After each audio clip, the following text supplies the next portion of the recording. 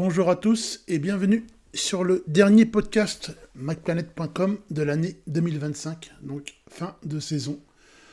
Alors on va faire un petit peu les choses de manière un peu linéaire, peut-être, ou de manière un peu décousue pour certains, mais on fera au mieux. On va essayer de faire un petit peu, non pas le récapitulatif de l'année, parce que ça risque d'être un peu compliqué, mais je vais vous indiquer ce qui m'a le plus marqué en cette année 2025. Donc j'ai pris des notes comme ça, grosso modo, et puis après vous pourrez commenter bien entendu, puis dire ce que vous en pensez. Donc soit en passant par les commentaires du podcast sur Apple Podcast, sur Spotify, ou bien même sur la chaîne YouTube MacPlanet. Venez nombreux sur la chaîne YouTube MacPlanet, commenter, faire des demandes de tutoriels, de dossiers, toujours à votre disposition, et toujours pour servir le meilleur. Bon, alors, on va commencer un petit peu du point de vue du matériel, ce qui m'a un petit peu, donc du matériel, ce qui m'a un petit peu surpris, positivement bien sûr. On va essayer de rester positif dans l'ensemble, puisque ça sert à rien d'être négatif. Et puis, quand on est numéro un comme Apple sur les iPhones, les Mac, les Apple Watch, les AirPods, quand on a la place de leader, c'est toujours difficile de maintenir la position et de se voir attaquer de tous les côtés par les, comment dirais-je, par les challengers. Bon, Apple n'est pas à plaindre, c'est pas ce que je dis, ils sont pas à plaindre. Bon, bref, mais en tout cas, c'est difficile de rester en tête et d'être leader du marché. Voilà. Donc, la concurrence essaye un peu de se démener, mais c'est pas toujours évident. Donc, l'année 2025 qui vient de s'écouler. Alors, ce qui m'a surtout bluffé, ce sont les puces en 3 nanomètres, l'avènement des puces M4 et M5 bien sûr, a fortiori. Donc les puces M4 qui ont vraiment, pour moi, qui ont vraiment dépassé toutes les performances. Voilà. Moi, par exemple, je trouve qu'avec une puce M4 et avec la démocratisation des prix, par exemple sur les MacBook Air M4 de base et les Mac Mini M4 de base également, voilà, on peut aujourd'hui obtenir un MacBook, un Mac Mini M4 à 600, autour de 600 euros neuf sur Amazon. Donc configuration de base, 16 Go de mémoire vive et 256 Go de SSD.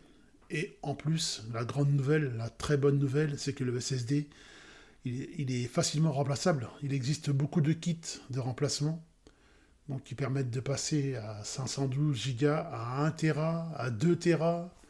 Voilà, donc des super kits. Si on est un petit peu bricoleur, bon, il suffit de... Dans le kit, de toute façon, il y a le tournevis, il y a la barrette de stockage SSD, il y a tout ce qu'il faut. Donc c'est plutôt pas mal. Donc voilà, donc on peut acheter aujourd'hui un Mac Mini M4 en 2025 et a fortiori en 2026. On peut acheter un Mac Mini à bas prix et facilement le faire évoluer, l'upgrader soi-même ou le faire faire par un pro si on ne s'en sent pas la compétence, bien sûr. Mais c'est extrêmement simple à faire. Donc vous allez vraiment vous y retrouver financièrement.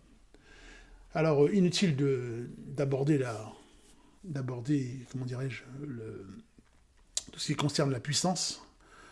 Pour moi, depuis le MacBook Air M1 et le Mac Mini M1, on était déjà au seuil.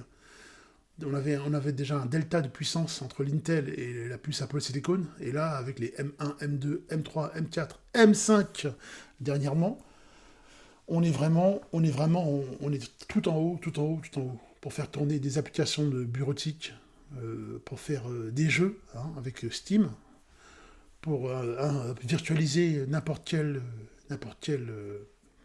GNU Linux, du Debian, du Fedora, du Linux Mint, du Kali. On peut faire tourner on peut virtualiser n'importe quel OS avec la puissance de la puce M4. Windows, bien sûr, Windows ARM aussi, forcément. J'ai expliqué ça tout au long de l'année, comment virtualiser un Windows 11. On se rend même pas compte qu'on est en virtualisation. On a l'impression d'être dans une instance native, tellement la puissance, elle est au rendez-vous. Donc bravo Apple pour les puces M4. Moi, je trouve que c'est vraiment magnifique. Voilà.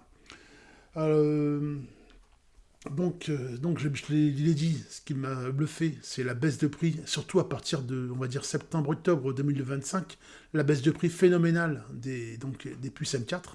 Donc, pourquoi je dis ça en fait? Parce qu'en fait, il n'est plus utile d'acheter des puces M1, M2, M3. Passer directement à la M4 et à la M5. Bien sûr, on aura en 2025 le MacBook Air M5, si vous voulez attendre, vous pouvez l'attendre. Mais avec le MacBook Air M4, par exemple, vous avez déjà tout ce qui se fait de mieux pour moi en matière d'informatique. Voilà, informatique personnelle, je veux dire. Voilà, je parle pas de serveur ou autre, je parle de vraiment un PC, un personal computer, donc de type macOS. Donc voilà, on a vraiment tout ce qui se fait de mieux. On peut y installer n'importe quel système, on peut faire n'importe quoi avec. On peut brancher 1, 2, 3 moniteurs externes sur un MacBook Air. Bon, c'est la folie, quoi. Et tout ça se fait vraiment sans gel, sans plantage. On est vraiment arrivé à une maturité de macOS. On y est arrivé depuis longtemps. C'est pas avec macOS Tao, on y est arrivé depuis très longtemps. Le système, il est stable depuis des lustres, déjà. Mais là, on a conjugué la puissance de la puce Apple avec le macOS. Donc il y a une vraie symbiose entre l'OS et le matériel qu'on n'a jamais, pour moi, qu'on n'a jamais atteint. Et là, on est vraiment dans le pic de ce qui se fait de mieux. Donc ça, c'est vraiment le gros point fort de l'année 2025 pour moi, la puce M4. Ensuite, bien sûr, ce que j'ai aimé aussi, pour continuer par rapport à la puce M4, par rapport au MacBook Pro M5, puisque aujourd'hui on est au MacBook Pro M5, on n'est pas encore au MacBook Air M5, ce que j'ai aimé aussi, c'est la possibilité de pouvoir changer la batterie. Oui, parce que maintenant on trouve même des kits de remplacement, que ce soit sur le site d'Apple ou bien ailleurs, on peut changer la batterie comme au bon vieux temps. C'est-à-dire que si vous avez un MacBook Pro M5 qui arrive qui arrivera à épuisement au niveau de la batterie, vous avez perdu, je sais pas, 30-40% d'autonomie de batterie, vous allez très facilement pouvoir changer vous-même les plaques de batterie. Enfin, facilement, ça, faut le dire vite, mais enfin, vous avez la possibilité de le faire en tout cas, ou de le faire. Je crois que c'est dans les, si je dis pas de bêtises, je crois que c'est dans les 200 € et des poussières, la batterie de remplacement. À vérifier, voilà. Vendue par Apple. Je peux vérifier ça. Je peux vérifier l'info, bien sûr. Mais c'est à peu près cette gamme de prix. Donc plutôt sympa. Alors donc, je confirme, la batterie sur le site d'Apple, selfservicerepair.eu, donc Europe, bien sûr, la batterie du MacBook Pro 14 pouces M5, elle est au prix de 238 € et des poussières. Et si vous renvoyez l'ancienne batterie, vous allez avoir une réduction d'une vingtaine d'euros. Donc 200 € à peu près pour changer la batterie du MacBook Pro M5. Donc ça aussi, pour moi, c'est une grande nouvelle au niveau des puces M4, M5. Apple a essayé vraiment de s'adapter, quoi, un petit peu. Donc Mac Mini, stockage qu'on peut changer. MacBook batterie qu'on peut changer. Alors maintenant, ce qu'il faut, c'est généraliser ça dans tous les produits. Dans le Mac Mini, dans le Mac Studio, dans l'iMac. Il faudra que toutes les pièces soient remplaçables comme auparavant. Et quand je parle de remplacement, je parle évidemment de stockage SSD, je parle évidemment de la batterie, quand il y en a une, et je parle évidemment de la mémoire vive. Je sais qu'elle est soudée, et je comprends au niveau des performances à quel point c'est important. Voilà, la communication avec le bus et tout, mais j'ai beaucoup de mal à acheter une machine où la mémoire reste encore figée. Alors si on achète une configuration à 16 Go, ce sera 16 Go pour la vie. Et ça me dérange un peu. J'aime bien l'évolutivité dans les machines, comme sur les PC, voilà. Et comme ça a toujours été le cas auparavant. Donc c'est les bons points pour l'année 2025 en ce qui concerne les puces M4 et M5. Ce que j'ai aimé aussi, toujours d'un point de vue matériel, hein, donc que j'ai noté, ben, c'est la démocratisation des AirTags. Alors, je ne parle pas des AirTags d'Apple, je ne parle pas des Apple AirTags, la marque Apple bien sûr, qui sont encore trop chers pour moi. Acheter un AirTag ou bien les acheter par lot, ça demeure beaucoup trop cher pour ce que c'est. Mais je parle de la démocratisation des AirTags compatibles. Ça, j'en suis vraiment. Je trouve que c'est vraiment une très très bonne nouvelle, hein. Il y a plein de marques qui font des AirTags compatibles, hein. Uogreen par exemple, donc, j'en ai parlé sur la chaîne YouTube MacPanet. Très très bon produit, hein, qui vous permettent de localiser ben, votre voiture, les clés de la maison. euh, Vous pouvez en mettre un dans le sac à dos d'un écolier, voilà, pour savoir s'il rentre bien de l'école, s'il est bien sur le chemin de l'école, s'il n'arrive pas d'incident. Vous pouvez en mettre un petit peu partout et pour un prix très, très modeste. Pour une vingtaine d'euros, vous pouvez avoir par exemple 4 AirTags. Donc ce qui est plutôt pas mal. AirTag compatible, je précise toujours. Voilà. Très facile à configurer et qui apporte beaucoup, beaucoup au niveau du service. Voilà. Donc ça, j'ai bien aimé dans l'année 2025, les AirTags compatibles qui se sont imposés davantage. On n'est plus obligé d'acheter le AirTag d'Apple et de l'accrocher à la valise quand on voyage un peu en avion ou autre. Voilà, on peut mettre des modèles compatibles qui font la même chose, qui sont tout aussi précis et puis tout aussi performants. Et puis les piles sont interchangeables. Donc les piles de type 2032, je crois. Enfin voilà, enfin des piles plates, vous savez. Voilà. Il y a aussi des modèles en USB-C qu'on peut recharger à volonté. Mais moi, je préfère les modèles avec piles changeables, tous les 2 ans. Et puis, ils vous alertent à l'avance lorsque la pile bah, commence à défaillir, tout simplement, pour que vous puissiez la changer par une autre. Donc, toujours le bon point matériel, les AirTags compatibles. Alors, c'est pas vraiment Apple, mais ça touche quand même Apple, puisque c'est la technologie Apple, donc il y a des questions là. Et ces AirTags fonctionnent, bien sûr, avec les systèmes iOS. Ensuite, ce que j'ai noté du point de vue du matériel et que j'ai apprécié, alors c'est les AirPods. Alors pourquoi? Alors, dans les AirPods, ce que j'ai trouvé vraiment génial, là on a fait un bond dans le futur, c'est la traduction en direct. J'ai trouvé ça assez, assez remarquable. Donc c'est extrêmement bien intégré. Vous pouvez passer des appels vidéo avec FaceTime ou autre, et en temps réel, en quasi temps réel, on va dire. Temps réel, c'est un peu fort. Mais en quasi temps réel, vous pouvez avoir une traduction de ce que vous dit votre interlocuteur. Vous avez en face de vous quelqu'un qui parle en chinois, en allemand, vous ne parlez pas le chinois, vous ne parlez pas l'allemand, vous ne parlez pas l'anglais, j'en sais rien, peu importe la langue, ben, vous allez recevoir là, dans vos AirPods une traduction en direct. Donc ça, c'est quand même assez magnifique, c'est quand même assez futuriste, et le futur, c'est maintenant. Donc ça, c'est quand même... donc ça existait déjà avant Apple, mais Apple vise à démocratiser la traduction en direct pour moi. Et ça, c'est encore un très bon point, vu sa position de leader, globalement, pour les produits.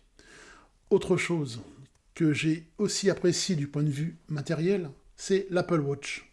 Alors, habituellement, je me suis toujours dit, je ne vais jamais acheter d'Apple Watch. D'ailleurs, j'en ai toujours pas acheté, parce que moi, je suis plus de la team Garmin ou autre, peu importe. Mais bon, j'ai jamais acheté d'Apple Watch, et ça m'a toujours paru un produit avec une courte autonomie. Enfin, ça m'a jamais réellement attiré. Voilà, parce que devoir recharger comment dirais-je, sa montre tous les jours, moi, ça m'épuise, quoi. Moi, je veux un produit qui dure au moins en autonomie batterie, au moins une semaine, 10 jours, 15 jours, sans avoir à le recharger. Voilà, hein. Et si j'oublie de le recharger, ça continue de fonctionner non-stop. Voilà. À la limite, même une watch solaire, hein, je serais preneur. Voilà. Bon, ça n'existe pas pour l'instant, mais c'est pas grave. Alors, ce que j'ai aimé dans l'Apple Watch d'un point de vue matériel, bon, bien sûr, ce sont les notifications d'arythmie. Bon, ben, le capteur de taux d'oxygène dans le sang, ça c'était déjà. Le capteur de température, c'était déjà. La notification d'hypertension, ça, j'ai trouvé ça vraiment très très bien. Donc, s'il y a un petit pic d'hypertension, vous êtes notifié. Alors, ça, c'est quand même fabuleux, quoi. Ça n'y était pas avant. Le capteur électrique de fréquence cardiaque, ça aussi, c'est très bien. Donc, si au départ, l'Apple Watch, on ne savait pas trop quoi en faire, et on ne savait pas trop, comme moi, si on allait l'acquérir, maintenant, rien qu'à y penser, toutes les fonctions qui ont été implémentées au niveau de la santé font qu'on pourrait presque ne pas s'en passer, je trouve. Bon, rassurez-vous, moi je continue de m'en passer pour l'instant. Je veux toujours plus de fonctions, parce qu'en fait j'estime que pour le prix, elle devrait non seulement disposer de toutes les fonctions que je viens de citer, mais elle devrait en plus avoir une autonomie maximale, ce qui n'est pas encore le cas. Mais je trouve que notification d'hypertension, très très très bien, et les, vraiment très très très très grand progrès. Voilà, donc bravo, bravo, on est toujours dans les tops, c'est toujours très bien. Ensuite, ce que j'ai aussi constaté, alors d'un point de vue logiciel, je ne vais pas refaire le podcast, j'en ai déjà fait un, en ce qui concerne iOS 26, tvOS 26, macOS 26, Tao. J'ai déjà abordé ça dans un épisode précédent, vous allez la chercher dans le podcast et vous le trouverez. J'ai donné mon point de vue sur les OS. Mais ce qui s'est passé cette année, 2025, c'est que depuis la sortie d'iOS 26 jusqu'aux mises à jour, par exemple, je pensais que les mises à jour allaient être très passives, c'est-à-dire qu'elles n'allaient pas apporter grand-chose, si ce n'est que des correctifs de sécurité, de stabilité, blablabla, comme d'habitude. Voilà. Mais j'ai trouvé que à chaque nouvelle version, iOS 26.1, 26.2, etc., il y a toujours eu des petites fonctionnalités qui sont venues se greffer en plus. Et ça, j'ai trouvé ça plutôt bien. C'est-à-dire que le produit n'a pas cessé pas le produit, excusez-moi, l'OS mobile, iOS 26, en l'occurrence, ou iPadOS 26, n'a pas cessé d'évoluer.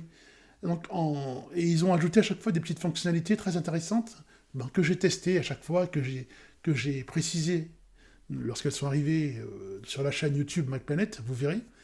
Beaucoup de petites choses qui se sont greffées, le centre de contrôle, l'ultra-personnalisation, changer la couleur des dossiers, plein de petites choses comme ça qui sont venues se greffer et qui ont apporté On a eu l'impression, à chaque mise à jour, d'avoir presque un nouveau iOS ou un nouveau macOS. Donc ça, c'était plutôt pas mal. Voilà. Alors, que dire? Je peux parler aussi du côté Liquid Glass. Alors ça, Liquid Glass, là, je suis mitigé, hein. D'un côté, je trouve ça bien d'un point de vue purement esthétique.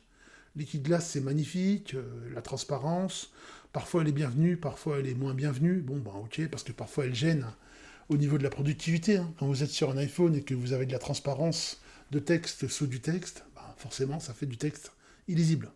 Puis ça, personne n'aime, hein. Quand on va directement à la formation ou dans une application, on veut aller à l'essentiel et on ne veut pas être perturbé par de la transparence inutile. Alors la performance esthétique, très bien. Par contre, niveau consommation de batterie, ça y va plus fort, hein. Ça consomme plus de batterie, je trouve, de mettre un effet de transparence, de liquide glace, on va dire, de glace liquide, de verre liquide, excusez-moi, voilà, ça c'est mal traduit. Voilà, donc Liquid Glass est arrivé sous macOS Tao 26, sous iOS 26, sur iPadOS 26, et même sur les tvOS 26 pour les derniers modèles d'Apple TV, bien sûr. Pourquoi pas? C'est pas révolutionnaire, mais au moins ils ont voulu apporter quelque chose. Bon, voilà. Même sur CarPlay, hein, parce qu'en voiture, dans ma voiture, j'ai le CarPlay. On peut aussi mettre les icônes en liquide glace, hein, donc en toute transparence. Je l'ai fait. Il y a le tutoriel, hein, sur la chaîne YouTube, vous pouvez chercher. C'est assez joli. C'est assez joli. Par contre, l'innovation esthétique ne comble pas le manque d'innovation tout court. C'est-à-dire que ajouter cette petite pierre à l'édifice, c'est sympa, mais la vraie innovation, dans iOS 26, macOS 26, la grosse innovation, il n'y en a pas vraiment eu. Il y a eu des petites touches, des petites fonctionnalités, comme j'ai dit, qui ont été ajoutées, plus ou moins bien, d'ailleurs, c'est plutôt sympa et tout. Le filtrage des appels téléphoniques, etc. Il y a plein de choses qui me viennent à l'esprit, mais comme ça... mais bon, on ne va pas tous les énumérer, parce que ça pourra être long. Voilà. Il y a eu plein de petites touches d'innovation, mais globalement, la grosse innovation, c'était Liquid Glass cette année. Ça a bluffé tout le monde, finalement. Alors, il y a eu les pour, il y a eu les contre, comme d'habitude, mais bon... au moins, on apporte quelque chose de différent.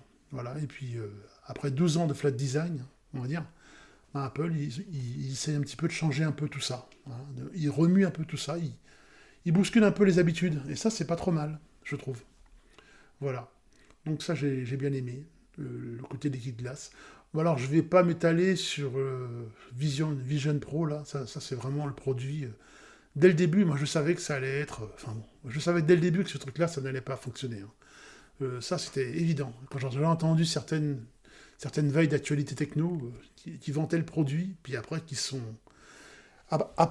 sont, comment dirais-je, rétractés, hein. Ils ont vite compris, quoi.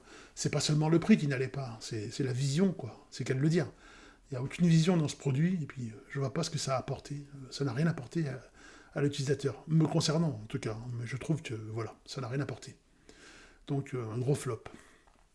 Au niveau de l'iPad, il y a quand même des choses pas mal que j'ai constatées. Bah, bien sûr, pour ceux qui ont la chance d'avoir des iPads modernes, hein, donc des iPads à base de puces Apple Silicon, hein, les M4 et autres par exemple, ben, il y a une nouvelle gestion intuitive des fenêtres, voilà, qui offre plus de liberté et de flexibilité. Mais ça, c'est une nouveauté qui est arrivée en 2025, bien avec iPadOS 26, bien trop tardivement. Ça faisait des années qu'on voulait que l'iPad puisse avoir des fenêtres plus souples, voilà, disposer les fenêtres comme on veut, pouvoir travailler, voilà, avec plusieurs fenêtres ouvertes. Ça faisait des années qu'on voulait ça. Et ils l'ont fait que là. Je trouve qu'ils ont pris beaucoup de temps à écouter un peu les critiques et à aboutir à quelque chose. Mais je reste convaincu qu'un iPad, c'est pas un outil de productivité, hein. Ça peut être sympa comme ça pour amuser la galerie, voilà. Mais vous n'allez jamais faire du final. Enfin, on peut le faire, mais vous n'allez jamais faire du montage vidéo sur un iPad de manière naturelle, quoi. Non, non, l'outil naturel, c'est l'écran de 27, de 32 pouces, peu importe. Un bel écran, une souris et un clavier.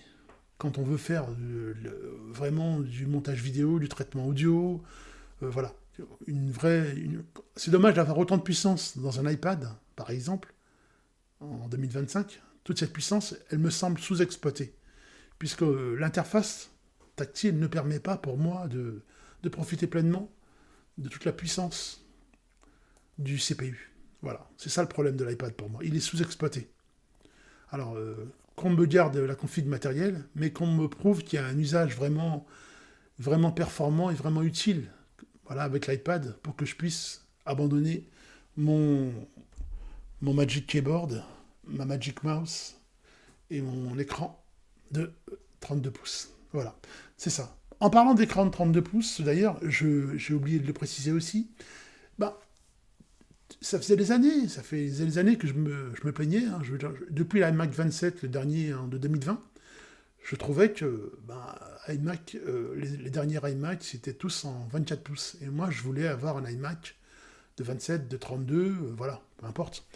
Ce sera peut-être pour l'année 2026. Apparemment, il y a des rumeurs comme quoi un nouvel iMac serait disponible au catalogue. Pourquoi pas? Des rumeurs, il y en a tout le temps. Et puis au final, je me suis rendu compte que l'iMac ne me manquait pas tant que ça. Là, je parle pas du petit écran, le 24. Je parle de l'iMac minimum 27 pouces. Voilà. Parce que, qu'est-ce qui s'est passé en fait?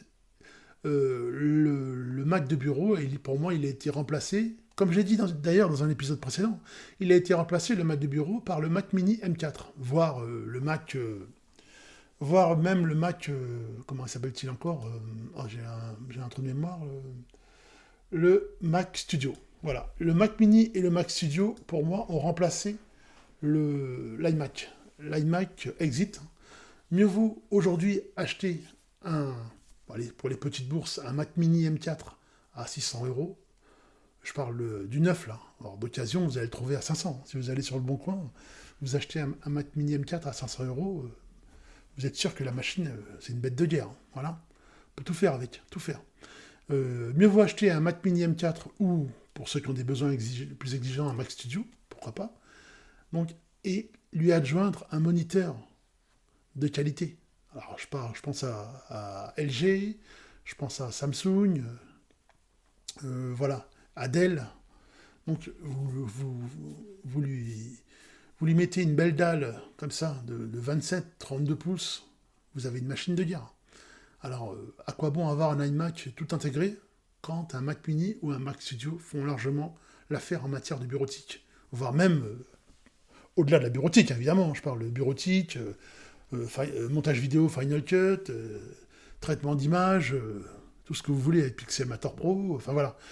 Voilà, la nouvelle machine de bureau, en fait, pour moi, c'est le Mac Mini et le Mac Studio, et on n'a plus besoin d'avoir un tout-en-un comme l'était l'iMac 27. Même si, quand on sortira en 2026, finalement, l'idée a fait son chemin et c'est plus la peine, quoi. On a compris, quoi. Mieux vaut avoir un super moniteur externe avec une connectique USB-C, voilà, et un hub intégré, des haut-parleurs intégrés, tout ce qu'on veut, plutôt que d'avoir un iMac avec un écran passif qu'on peut même pas utiliser avec un autre matériel. Donc moi j'avais des regrets pour l'iMac en 2025, je l'ai attendu en 2025, il n'est pas arrivé, et j'ai vite compris qu'en fait que le progrès se situait au niveau du couple Mac Mini plus écran. Alors j'ai cité LG, j'ai cité Dell, Samsung, mais j'aurais pu aussi dire BenQ, des marques chinoises, il y en a plein, des marques coréennes, il y en a plein, qui ont des très bons des très bons moniteurs avec des résolutions en 4K, en 5K. Mais peut-être qu'Apple lui sortira un moniteur 6K. Mais moi, là, je suis actuellement sur un moniteur 5K. Oh, je vous le dis franchement, c'est rare que je sois en 5K. En général, on reste en résolution 2500, je confirme ça. En général, sur un écran de 27 pouces, on reste sur une résolution 2560, enfin 1440 pixels. Il peut m'arriver de monter à 3200, enfin 1800 pixels, mais c'est rare que je monte en résolution 5120 x 2880. Ça, c'est vraiment si j'ai besoin d'avoir un écran, un espace de travail gigantesque avec plein de fenêtres ouvertes, vous voyez. Mais généralement, avoir un écran 5K, c'est strictement inutile. Un 4K fait largement l'affaire. Donc pourquoi attendre un iMac éventuel? Et même s'il arrive, on va le laisser arriver. Et même quand on voit le prix des écrans, qui sont très bien, hein, comme le Studio Display et le Pro Display XDR, bon, bah, on se demande si c'est une plaisanterie, quoi. Alors, 1749 € un écran 27 pouces en 5K, sérieusement, c'est une blague. Et un Pro Display XDR 32 pouces en 6K à 5500 €. Donc 5500 € pour un moniteur 6K chez Apple et 1750 € pour un moniteur 27 pouces en 5K. Bah, à ce prix-là, comme je l'ai dit, mieux vaut aller acheter du LG, du Dell et compagnie. Voilà. Donc ça, c'est la grosse déception qui finalement n'en était pas une. Donc pas d'iMac, mais bonne nouvelle au final. Voilà, ça m'a permis d'avoir des bonnes performances avec un Mac Mini M4. Et d'ailleurs, le Mac Mini M4, ce qui est bien, c'est qu'on peut l'amener partout avec soi, comme un MacBook portable. Voilà, on amène la petite boîte, et puis on la branche ailleurs, sur une télévision, sur ce qu'on veut, et on a notre système partout avec nous, dans notre poche. Donc, pas de regret.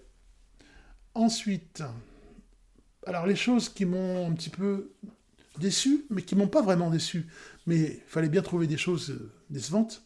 Alors beaucoup de gens, enfin surtout la presse techno, qui sait que commenter, mais on a l'impression qu'ils testent jamais vraiment les produits, hein, puisque finalement, quand on écoute les avis des uns et des autres, on se dit mais ils sont complètement à l'ouest. Bref. Tout le monde est en train pendant toute l'année 2025, ils nous ont parlé de l'arrivée tardive d'Apple Intelligence, blablabla. Oui, face à tout ce qui est en face, comment ça se fait qu'on a les super iPhones, mais on peut pas utiliser Apple Intelligence, qu'on a les super Mac Apple Silicon M4, mais qu'on peut quasiment rien faire avec Apple Intelligence, si ce n'est que le résumé des emails, générer des photos au format carré. Enfin, on ne peut pas faire grand-chose avec. Par pitié, remplacez-nous Siri par une version Siri Apple Intelligence. Bon, voilà. Bon, ça a été un petit peu le discours ambiant durant toute l'année. Hein. C'est pas faux, hein, dans l'ensemble, c'est pas faux. Mais est-ce que c'est vraiment un manque, Apple Intelligence? Pour moi, c'est pas un manque. Je vois, on a un iPhone, là on en a au 17 Pro, voilà. On a un iPhone 17 Pro qui fonctionne du tonnerre. C'est de la bombe, hein, il est très rapide. Et toute la puissance, à quoi elle sert? Elle sert à avoir une interface souple, dynamique, sans latence. Et qu'est-ce qui se passe finalement? Bah, on peut remplacer le bouton action de cet iPhone par l'agent conversationnel de notre choix. Moi, c'est ce que j'ai fait. J'ai remplacé donc le bouton d'action par mon agent préféré. Et on peut aussi, dans le centre de contrôle, en une touche, hein, avoir accès à son chat GPT, voilà, ou autre. Hein. C'est pas un problème. Et toutes les réponses, on les a via l'agent conversationnel donc de notre choix. Alors, Apple est en retard par rapport à Apple Intelligence. Très bien, ils sont en retard. Ils vont peut-être s'améliorer cette année. Ils ont pris plus de retard que prévu. Mais c'est vraiment pas la fin du monde. Je vous assure que moi, l'agent conversationnel qui m'a bluffé cette année, surtout à partir de septembre, j'ai abandonné tous les autres. Hein. ChatGPT à la corbeille, comment dirais-je, Claude, ChatGPT, Perplexity, tout ça à la corbeille. Le vrai, la vraie bonne nouvelle cette année 2025, c'est Gemini. Gemini, alors là, c'est vraiment, c'est une killer app. Gemini a enterré, c'est le fossoyeur de ChatGPT. Hein. Si vous essayez Gemini en version, je sais plus, la version 3, je crois, c'est ça? Gemini 3, il explose tous les scores. Vraiment, Gemini 3, en version gratuite, vous pouvez dialoguer avec lui à l'infini. Hein. Je parle du plan gratuit. Hein. À l'infini, hein. On n'est pas bloqué au bout de 4 ou 5 prompts, comme ChatGPT, hein, par exemple. On peut avoir un vrai dialogue, une vraie construction. Il mémorise les infos que vous voulez qu'il mémorise, parce que vous pouvez aussi le paramétrer pour qu'il ne mémorise rien de vos habitudes, de vos documents personnels. Vous pouvez tout paramétrer. Et les réponses structurées de Gemini, elles sont 10 fois, 20 fois, 30 fois, 50 fois mieux élaborées que celles de ChatGPT. Alors ça, c'était vraiment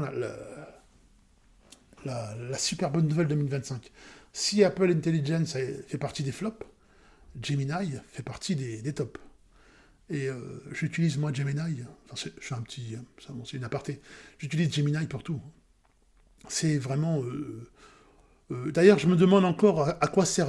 pourquoi Google n'a pas... Là, Google est en phase de déploiement de la Google Update de décembre 2025. Pourquoi Google n'a pas encore partout démocratisé Gemini? Parce que la recherche classique, moi je la fais avec DuckDuckGo, je préfère, mais je trouve que Gemini remplace avec succès,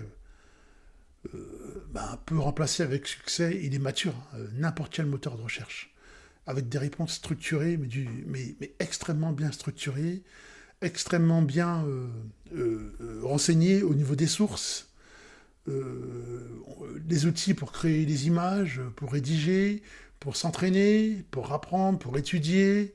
Enfin, vraiment, ils ont fait un bond phénoménal. Donc ça, c'est vraiment... Donc, pas de regret. Vous voulez avoir de l'IA sur votre iPhone, le bouton action, vous le configurez avec Gemini, et vous êtes le roi du monde. Voilà. Ou la reine du monde, hein. C'est pareil. Voilà. En tout cas, vous êtes le roi. Voilà, donc c'est ce qu'il faut savoir. Ensuite, parmi les flops, alors moi j'ai toujours dit ça, et je m'étonne que personne ne fasse la remarque de ça. J'ai toujours dit, moi, que si vous voulez savoir ce qui va se passer chez Apple d'un point de vue produit, par rapport aux nouveaux périphériques mobiles, aux iPhones, aux nouvelles dalles, pour savoir ce qui va sortir chez Apple, il suffit d'aller voir ce qui sort chez Samsung ou chez LG, on va dire, mais plus chez Samsung. Vous avez vu par exemple, ils ont sorti cette année l'iPhone Air, alors qui pour moi, ça c'est vraiment pour moi, c'est vraiment le portable à éviter, mais vraiment à éviter. Hein. L'iPhone Air, avec une seule caméra d'ailleurs. Bon. Pour moi, je savais d'emblée que l'iPhone Air allait sortir. Je ne savais pas le nom forcément, mais c'était évident. Dès l'instant où Samsung sort un produit, vous pouvez être certain que derrière, Apple sort le même. Voilà. Ils se nourrissent en fait de ce que font qui fait les meilleures dalles de toute façon? C'est les Coréens. Hein. C'est les Coréens, c'est Samsung. Hein. Et même les Chinois d'ailleurs aussi. Hein. Il y a aussi des très bonnes dalles. Mais en général, c'est les meilleures dalles, c'est LG et Samsung. Hein. On le sait. Donc, dès l'instant où il y avait le modèle iPhone, le modèle, excusez-moi, Android Slim, là, je sais plus, le Samsung, je sais plus son nom, je cherche en même temps. Dès l'instant où on savait que le Galaxy S25 Slim, voilà, donc ils ont sorti le Galaxy S25 Slim Samsung, ben on savait que derrière il allait y avoir un iPhone Slim aussi. Alors, mais au moins je trouve que le Samsung Galaxy S25 Slim, l'avantage qu'il a, je trouve, ben c'est qu'au moins il y a plusieurs caméras déjà. Alors voilà, l'iPhone Air, très bien, batterie, autonomie, blablabla, tout ça, impeccable. Mais qui veut aujourd'hui avoir un téléphone doté d'une seule caméra? Personne. Personne. Même un petit jeune qui a 12, 13, 14, 15 ans, il veut avoir au dos de son iPhone deux, voire trois caméras, comme pour les modèles pro. Hein. Alors que l'iPhone Air soit slim, franchement, tout le monde s'en fiche, quoi. Vraiment, ça passe à... Comment dirais-je, c'est comme si l'orage arrivait trop tard, quoi. Vous voyez ça, il y a 10-15 ans, ok, ça aurait un petit peu épaté les foules, mais là, ça intéresse plus personne d'avoir un iPhone Air extra plat. Moi, je aucun intérêt. Voilà. Donc ça, c'est le gros flop du côté iPhone. Autre flop, ça, je peux déjà vous le prédire à l'avenir. Hein. Je suis pas devin, mais je le sais déjà. Comme je l'ai dit, regardez ce qui se passe chez Samsung et vous saurez ce qui se passera chez Apple. C'est un peu c'est ma nouvelle philosophie, on va dire. Ben voilà, vous avez vu chez Samsung, vous avez les modèles Fold, les modèles pliants, pliables, on dit comme on veut. Vous avez les modèles pliants. Et oh, grosse surprise, on apprend qu'en 2026, Apple va sortir un iPhone pliable. Bon, ben, très bien, un iPhone pliable, voilà, quand on va le déployer en 2 ou 3 volets, selon les cas, on pourra avoir en fait devant nous l'équivalent d'une tablette de 10 pouces, de 9 pouces et des poussières, enfin 10 pouces on va dire, on va arrondir.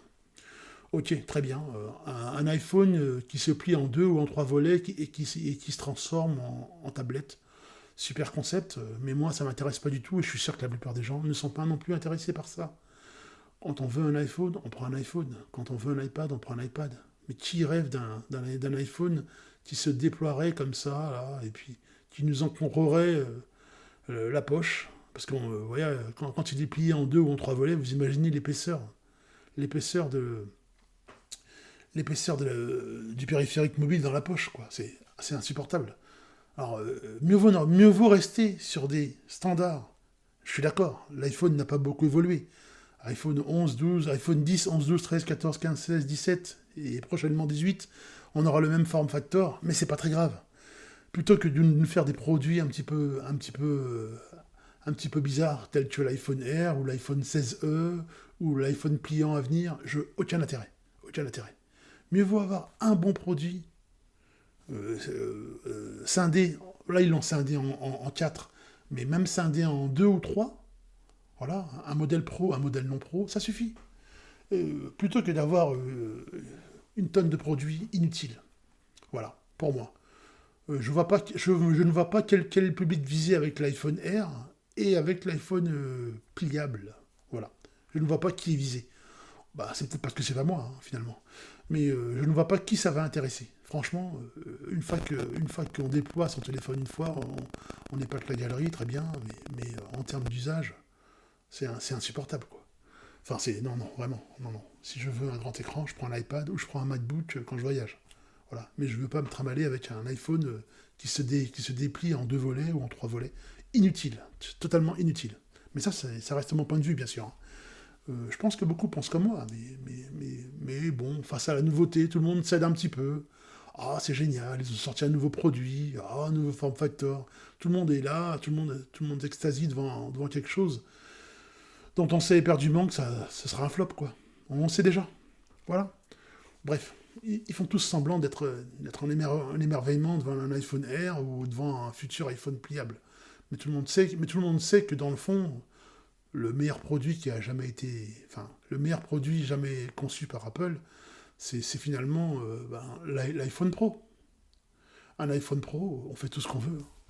Pas la peine d'avoir autre chose. Voilà. Mais je ne dis pas qu'il ne faut pas essayer. Ça, c'est très bien. Il faut innover, il faut continuer d'innover.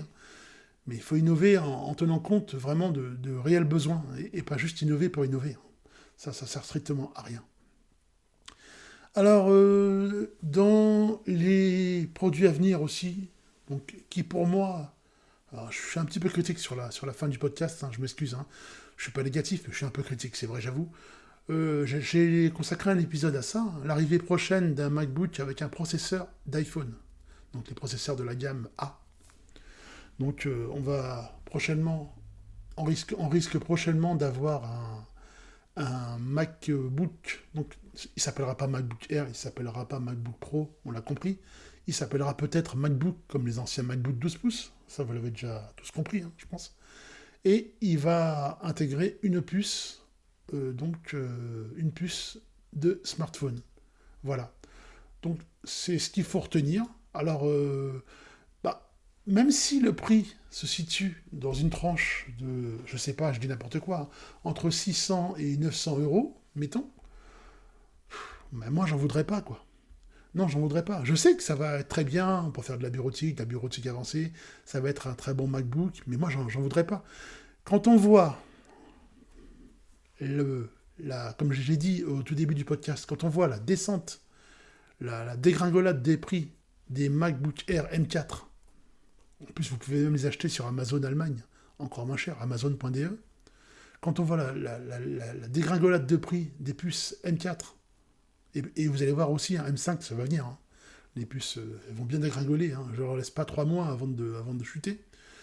Quand on voit toute la puissance d'une puce M4 dans un MacBook Air, même un étudiant, qui va avoir envie d'acheter un MacBook avec une puce au rabais, enfin une puce au rabais, la puce de l'iPhone 17 Pro, elle est très bien, mais elle est très bien pour l'iPhone Pro. Mais qui va avoir envie d'un MacBook avec un processeur d'iPhone? Moi, je sais pas. Faut vraiment que le prix soit plancher, quoi. Mais ça, pour moi, c'est se tirer une balle dans le pied, quoi. On a déjà le MacBook Air qui est très bon marché et qui fait largement, mais alors largement le job.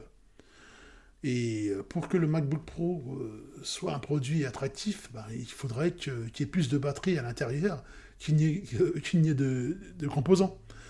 Alors, à part la batterie, je vois pas ce qui me ferait basculer du côté du MacBook avec processeur iPhone. Alors pour moi, ça, donc je vous le dis d'avance, c'est déjà le flop à venir pour l'année 2026, le MacBook Pro avec le processeur d'iPhone. Rien de neuf à l'horizon, voilà. Ce qui m'a aussi déçu, globalement, chez Apple, bien sûr, ça m'a déçu et en même temps, ça m'a conforté dans mon jugement.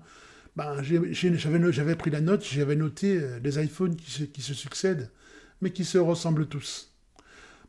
Oui, comme je l'ai dit, depuis l'iPhone 10 au 11, si vous voulez, on peut partir au 11, jusqu'au 17, on a l'impression que les années passent, mais les produits se succèdent, mais on change de puce tous les ans, mais on ne voit pas vraiment de grosses innovations. Bon, sauf bien sûr les écrans 120 Hz ou autres, des petites choses comme ça. Ça évidemment, c'est des choses plutôt sympas.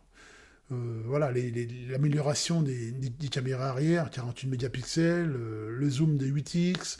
Bien sûr, il y a des petites choses qui changent, mais globalement, ça reste le même appareil, quoi. Et voilà, moi j'ai un iPhone 12, j'y installe sans problème iOS 26. Je fais la même chose qu'avec un iPhone 17. En termes de productivité, je suis aussi efficace avec un iPhone 12 qu'un iPhone 17 entre les mains. La seule différence, c'est que j'aurais déboursé plus pour le 17. Voilà. Mais tant qu'il marche, il fonctionne avec l'iOS 26, pas de raison de m'en changer. Voilà. Il faut vraiment me donner un OS ultra performant qui m'amène beaucoup de fonctionnalités. Et c'est pas les quelques fonctionnalités d'Apple Intelligence qui sont greffées dans l'appareil qui vont me donner envie de passer au modèle 15 Pro, 16 Pro, 17 Pro. Certainement pas. Voilà. Donc voilà, je reproche à Apple, en tant que leader, forcément, je reproche à Apple que tous ces iPhones se ressemblent depuis 10 ans, depuis 12 ans, on fait les mêmes produits. Et en 2025, on n'a pas échappé à la règle. Oh, bien sûr, on va un petit peu flatter un petit peu l'ego des acheteurs, hein. On va mettre des petites couleurs un peu vives, hein. Un iPhone orange, ouais, pourquoi pas. Mais bon, quand on sait que la plupart des gens mettent des coques, de toute façon, à quoi bon avoir un iPhone orange, rouge, vert fluo, la couleur qu'on veut, ça change pas grand-chose dans le fond. C'est- La seule chose qui compte, c'est la performance et l'OS. Voilà. Et l'autonomie batterie, bien sûr. Voilà. Donc, globalement, moi, c'est ce que j'ai retenu de l'année 2025. Mais s'il fallait vraiment... Enfin, du côté Apple, je vous ai dit à peu près ce qui m'a marqué. C'est tout ce que j'ai décrit dans le podcast. Mais la chose qui m'a vraiment marqué le plus, c'est Gemini. C'est l'IA de Google, c'est Gemini. Et si on pouvait, si Apple, de la même manière qu'ils intègrent le moteur de Google dans leur smartphone, ce serait bien, je trouve, d'intégrer Gemini. En tout cas, d'avoir le choix d'utiliser Gemini dès l'installation de son iPhone, plutôt qu'une autre IA. Parce que Gemini, au même titre que Google Search a été très bon quelques années en arrière, Gemini est aujourd'hui très bon. Et ce serait bien d'avoir une intégration de Gemini dans les iPhones, plutôt que de vouloir à tout prix nous inventer un Apple Intelligence. Non, non, faites-nous un Siri. Faites-nous un Siri avec des fonctions empruntées à Gemini. Vous allez voir comment ça va marcher du tonnerre. Plutôt que de nous réinventer la roue, quoi. Hein. Ne réinventez pas la roue, Apple Intelligence, c'est pas la peine. Empruntez à Gemini ses ressources, ou à ChatGPT, peu importe. Et puis vous allez voir que vous allez avoir des smartphones qui s'insèrent bien dans... des smartphones vraiment avec un fort potentiel pour 2026. Voilà. Moi, je me fiche complètement de savoir qu'Apple a son IA, quoi. Je m'en fiche complètement. Aucun intérêt pour moi. Gemini, je ne jure plus que par Gemini. Voilà. Merci à vous d'avoir suivi le podcast macplanet.com. Donc vous allez visiter sans hésiter le site, plein de ressources, plein de tutoriels, plein de guides, plein de dossiers de macplanet.com, de macbookcity.fr et de jcbtechno.com. Et surtout, venez nombreux sur la chaîne YouTube MacPlanet, YouTube, Threads et Instagram. Voilà, rejoignez le côté obscur de la force, on va dire. Hein, voilà. Rejoignez-moi sur les réseaux sociaux. Si vous aimez le franc-parler, si vous aimez vraiment les tests, les vrais tests, hein, pas les tests où le client paye pour avoir opinion sur rue, hein, sur son produit, hein, des vrais tests utilisateurs, des tests logiciels, des tests matériels. Cette année 2026, on va mettre la gomme. Et je vous souhaite à toutes et à tous des bonnes fêtes de fin d'année. Merci à vous d'avoir suivi le podcast macplanet.com.